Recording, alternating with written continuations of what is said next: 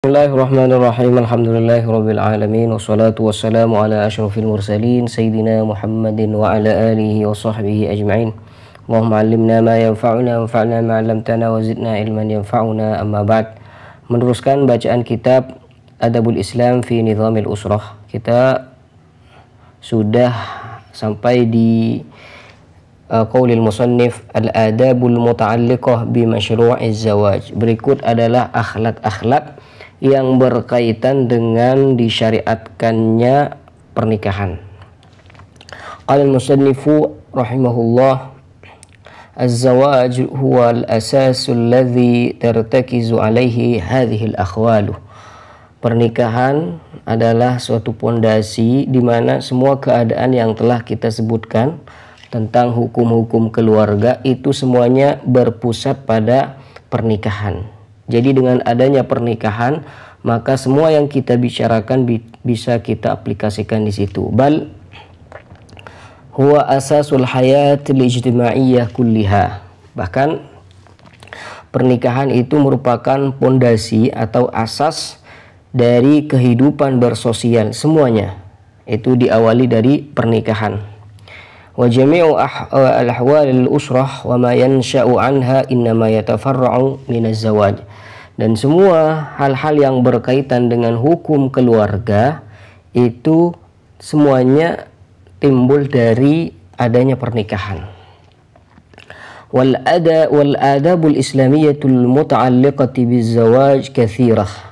Adapun akhlak-akhlak Islam yang berkaitan dengan pernikahan itu banyak. Wa ahammuha, dan yang paling penting adalah sebagaimana berikut. Yang pertama, husnu ikhtiyari zaujah adalah cara yang baik untuk memilih pasangan, untuk memilih istri. Wa husnu ikhtiyari zaujati min ususi najahil hayati zaujiyah.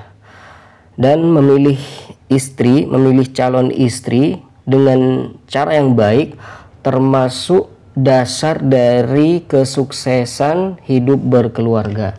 Jadi itu bisa diketahui dari dia mencari calon istri. Apabila dia mencari calon istri dengan cara yang baik, ya sesuai dengan ketentuan-ketentuan syariah, maka di situ insya Allah akan terwujud kesuksesan. Wa dawa'in nikah al-muraghaba fil mar'ati katsirah. Dan pendorong-pendorong untuk menikah yang membuat kita suka untuk menikah, diantaranya dilihat dari sisi perempuannya. Faminha, kata beliau, yang membuat kita itu suka untuk menikah bisa dilihat dari perempuannya. Yang pertama itu al-mal, faminha al-mal, hartanya. Kalau misalkan calon istri itu hartanya banyak, wal jamal, kecantikannya, wal hasab, pangkatnya, wal nasab, nasabnya, wal khuluq, dan akhlaknya, wad din, dan agamanya. Apabila kata beliau, ini yang tadi disebutkan merupakan hal yang menarik seorang itu ingin menikah. Bisa dilihat dari calon istrinya, dilihat dari hartanya, kecantikannya, pangkatnya, nasabnya, akhlaknya, dan agamanya.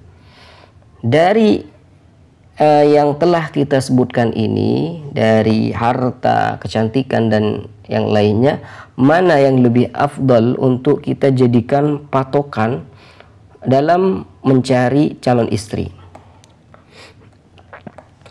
Qala al-musannifu wa la yabqa min hadhihi al-khisal. Dari beberapa perkara ini tidak tersisa kecuali agama dan akhlak.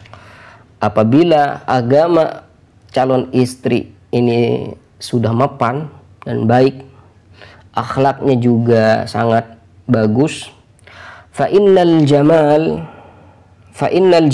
wal mala tubaddiluhu al-layali wal ayyam. Kenapa kecantikan dan harta ini tidak bisa dijadikan tolak ukur dalam memilih calon istri? Kalau cantik ya mau, kalau tidak cantik ya, ini tidak bisa dijadikan patokan, kata beliau. Kenapa? Li'annal jamala wal mal, karena kecantikan dan harta itu bisa diganti, artinya bisa hilang seiring dengan berjalannya waktu. Waktu demi waktu akan hilang. Ya Allah. Wal hasab wan nasab la qimata lahu idza lam yakun ma'ahu al khuluq wad din. Pangkat dan nasab itu tidak ada artinya kalau misalkan di situ tidak ada akhlak yang baik, tidak ada agama yang baik, tidak ada artinya. Ya, jadi pangkat dan nasab ini tidak bisa dijadikan tolak ukur dalam mencari calon istri. Kenapa? Karena nasab dan pangkat ini tidak ada artinya kalau di situ tidak dibekali akhlak yang mulia dan agama yang baik. Sehingga faraja'al amru ilal khuluqi wad din. Tolak ukur dalam memilih pasangan, dalam memilih calon istri itu dilihat dari akhlaknya yang baik, ya, kesopanannya, keagamannya yang baik. Nah, itu yang menjadi tolak ukur kita itu mencari calon istri, calon pasangan. Walidzalika qala sallallahu alaihi wasallam fa'alaika bidzatid dini wal khuluqi taribat yaminuk. Kata Nabi sallallahu alaihi wasallam ini menganjurkan memilih calon istri yang baik, yaitu dengan zatud din, agamanya yang baik, akhlaknya yang bagus. Maka apabila kamu melakukan itu, taribat yaminuk, maka kamu termasuk orang yang beruntung. Rawahu Ahmad bi isnadin sahihin wal Bazzar wa Ibnu Hibban. Di mana hadis ini diriwayatkan oleh Imam Ahmad dengan sanadnya yang sahih, juga diriwayatkan oleh Imam Bazzar dan Imam Ibnu Hibban. Rawal Bukhari wa Muslim rawal Bukhari wa Muslimun an Abi Hurairah radhiyallahu taala anhu anna Rasulullah sallallahu alaihi wasallam qala, bahwasanya Nabi sallallahu alaihi wasallam pernah bersabda, tungkahul mar'atu li arba'in.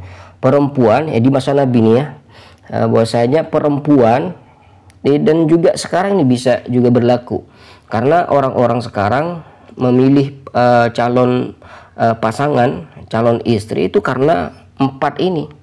Jadi kata Nabi Shallallahu Alaihi Wasallam mengatakan ini sesuai dengan fakta yang terjadi di lapangan. Kenapa? Karena banyak sekali perempuan itu dinikahkan karena dengan alasan hartanya yang melimpah, pangkatnya yang tinggi, wali jamaliha, kecantikannya, wali diniha, dan ada yang memilih juga agamanya.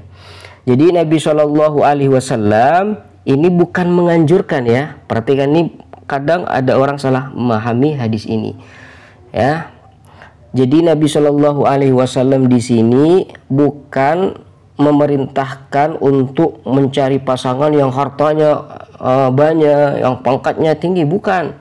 Ini Nabi Shallallahu Alaihi Wasallam menceritakan keadaan yang terjadi, bahwasanya orang-orang itu banyak memilih calon istri kalau hartanya banyak, kalau pangkatnya tinggi, kalau cantik, kalau agamanya mapan. Ini bagian dari orang-orang yang memilih calon pasangan, calon istri. Maka kata Nabi Shallallahu Alaihi Wasallam, fadfar, maka antum yang ingin milih calon istri, pilihlah yang agamanya bagus, agamanya mapan, kesopanannya bagus. Masya Allah, taribat yadak, maka kamu akan beruntung. Ini kitab Adabul Islam. Famithlu hadhil mar'ah taqarrul 'ainu biha. Ya, maka apabila kita memilih calon pasangan, calon istri yang akhlaknya itu mulia, agamanya itu mulia, maka itu akan membuat kita senang. Wa tu'manu ala nafsiha wa mali zawjiha, dan ya bisa amanlah pada dirinya, pada perempuan itu, dan juga pada harta suaminya. Kalau misalkan ada istri yang solehah, insya Allah kita bisa nyaman dengan istri yang solehah. Harta suaminya juga insya Allah akan aman. Tarbiyati auladihi, juga dalam mendidik anak-anaknya kelak, insya Allah itu akan terwujud dengan baik insya Allah. Kai tughaddiyahum bil imani ma'at ta'am. Karena ketika istri itu solihah, istri itu akhlaknya baik, agamanya baik, maka otomatis ketika memberikan suapan makanan pada anaknya itu akan bersamaan dengan iman.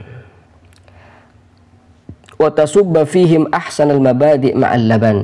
Nah, ketika dia istri solihah ini menyusui, maka tentunya di situ akan ada akhlak yang baik yang juga masuk di dalam tubuh anak tersebut. Wa tusmi'uhum min dzikrillahi ta'ala. Dan istri yang solehah ini akan memperdengarkan bacaan zikrullah pada anaknya. Wa minas sholati ala nabiyhi sallallahu alaihi wasallam. Dan juga istri yang solehah akan membaca sholawat ya di dekat anak tersebut. Ma yushribuhumut taqwa. Dan juga istri yang solehah juga akan memberikan minuman ketakwaan pada anak tersebut. Allah wa yurkazu fihim wa yurakkiz wa yurkazu fihim hubbul Islam. Hubbu ini bukan hubbah. Hubbul Islam ila ayyamutu, sehingga kecintaan anak tersebut terhadap Islam itu akan menempel di dalam hatinya sampai mereka semua meninggal dunia. Itu disebabkan karena istri yang salihah. Kitab Adabul Islam. Wal mar'u yashibu ala ma shabba alaihi. Bahwasanya seorang itu akan tua sesuai dengan apa yang ia tumbuh. Kalau misalkan tumbuh dalam zikir, yang berzikir pada Allah Subhanahu wa taala, maka sampai tua pun dia akan selalu berzikir pada Allah Subhanahu wa taala. Al mar'u yashibu ala ma shabba alaihi. Bahwasanya seorang itu akan tua sesuai dengan bagaimana dia tumbuh. Tumbuhnya itu dengan cara yang baik, maka insyaallah nanti ketika sudah tua akan menjadi lebih baik lagi. Thumma inna sifatal walidain tatahaddaru ilal aulad. Juga perlu diketahui bahwasanya karakter dari orang tua itu akan mengalir pada anak. Jadi kalau misalkan orang tuanya itu soleh, ya, ibunya solihah, maka anaknya insya Allah akan jadi anak yang soleh-solihah juga. Wa katsiran ma tadhharu malakatut taqwa fil walad. Dan banyak sekali kita temukan kemampuan takwa yang ada pada diri anak, pada jiwa anak, itu karena taba'an li abawaihi, karena ikut pada kedua orang tuanya, au li ahadim, atau salah satu dari keduanya. Jadi usahakan ayah dan ibu itu berusaha untuk menjadi soleh dan solehah, agar anaknya kelak menjadi anak yang soleh dan solehah. Au lil ammi au lil khal, atau ikut pada paman dan ya, paman dari ayahnya dan juga paman dari ibunya. Allah. Wa qad warada al-irsyad an-nabawi munabbihan ila hadha fima rawahu Ibnu Adi wa Ibnu Asakir an Aisyah ummul mukminin radhiyallahu taala anha an sayyidina Rasulillah sallallahu alaihi wasallam qala takhayyaru li nutafikum. Ini ada petunjuk Nabi yang memberikan peringatan akan pentingnya pendidikan dan baiknya orang tua, yang mana itu akan mengalir pada anaknya. Itu ada hadis yang diriwayatkan oleh Ibnu Adi dan Ibnu Asakir dari Sayyidatuna Aisyah radhiyallahu taala anha ummul mukminin, dari baginda Nabi sallallahu alaihi wasallam, bahwasanya Nabi sallallahu alaihi wasallam pernah bersabda, takhayyaru linutafikum. Hendaklah kalian semua, wahai para kaum laki-laki ini, memilih untuk air mani kalian. Air mani kalian ini mau kalian taruh di mana? Carilah tempat atau wadah yang baik. Ya tentunya istri yang solihah gitu. Kenapa? Fa innan nisaa yalidna ashbaha ikhwanihinna. Karena istri-istri kalian ini itu akan melahirkan anak kalian yang akan serupa dengan saudara-saudara dari istri kalian, wa akhwatihinna, dan saudara perempuan istri kalian. Sehingga ini tuntutan dari Nabi Shallallahu Alaihi Wasallam, anjuran dari Nabi Shallallahu Alaihi Wasallam agar mencari istri yang salihah, yang punya akhlak, ya, agamanya mapan. Warawat Tabarani fil Awsat an Anas radhiyallahu taala anhu anin Nabi Shallallahu Alaihi Wasallam qala. Dan Imam Tabarani dalam kitab Awsat meriwayatkan satu hadis dari sahabat Anas ibn Malik radhiyallahu taala anhu anin Nabi sallallahu alaihi wasallam qala, bahwasanya Nabi sallallahu alaihi wasallam pernah bersabda, "Man tazawwaja imra'atan li'izziha lam yazidhu Allahu illa dhulla."